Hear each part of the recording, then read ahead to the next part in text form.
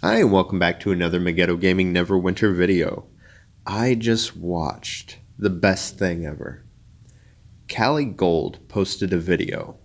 Salvage is alive and better than ever. As you know, I play on console and sometimes I dabble on PC, but I really haven't been paying a whole lot of attention to Mod 15. But I try and stay connected a little bit, so I watch other people's videos. And this video is amazing. This is something that I've been thinking about for a while, and of course, since I haven't been playing Mod 15, I didn't really know what to think about the fact that we can no longer salvage our items into rough AD and then convert them later on. And he found an amazing way to do it. And I'm going to put a link down in the description, a link down in the corner and everything, so you can go check out his video, give him a like, follow him on Twitch. He is by far one of the best people to follow if you want to get into the new profession system, to know the ins and outs of the economy. He was actually one of the people that kind of inspired me to create my channel and to do Twitch streaming. So definitely show him some support. Check out that video. Now, there is one concern, technically multiple, but they all coincide to one that I do have with it. I'm lazy. To a certain extent, yes, I will refine enchantments up to max, sell them. I'll try and play the trade house, all sorts of little things like that. But when it comes to the micromanaging thing, and I'm not downplaying what he came up with, it is amazing. If you already have things in place to do it, I recommend it. So if you have a bunch of alts that are sitting there doing nothing unless you have them geared towards a certain profession now, he's found a way to utilize those that way. If you want to have something to do with additional guild marks because your guild's maxed out, you have nothing to do with them, that's a solution for it as well. And it's also going to take this step to make pure AD, which you know I love. I hate dealing with rough astral diamonds. Anytime you can make pure AD, that's the route to go. So definitely check it out. My problem is, as someone that just got kicked out of their rank 20 guild, I don't have a guild. I don't have a means of doing this process that he has come up with. If I join my friend's guild, it's a friend's guild. There's really not a lot of people in there. We're not high enough rank to have an explorer's guild in there, so I can't get the explorer's cases to do what he's asking of me. We don't have access to the atelier in the millabout, those kind of things. Now, if you are in a high level enough guild, you have access to the explorer cases, then yes, this is a great option for you. Follow his process step by step, and you will make some other astral diamonds. But then it falls again to me being lazy. Maybe I don't want to farm a bunch of explorer cases. Maybe, I do different alternatives. So for those that don't have access to the guild hall with the Explorers Guild, with the Treasure Hunter boon, to have access to all that kind of stuff,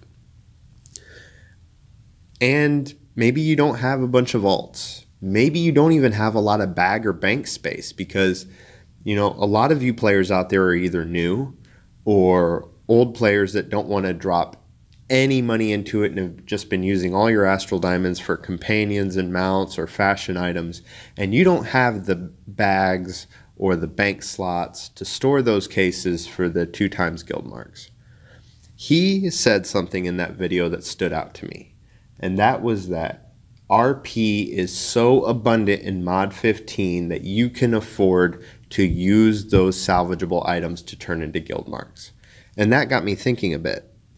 Well, with all the abundance of RP, with what I've seen with, opening the new lock boxes and everything and how much RP that you get, I would say all of that unbound RP in gems and stuff that you get, sell it on the trade house. Yes, it's going to end up getting flooded. The value is going to go down and things like that. But this is an alternative to get you the astral diamonds, to get you the gear, to be able to join those guilds that have requirements for you to be in there. Like they have weekly or monthly requirements, and you'll have the character in order to do it. You're going to be able to get the astral diamonds to hold on to and just build up your character, build up your account to the point that you can execute Callie's plan and be set.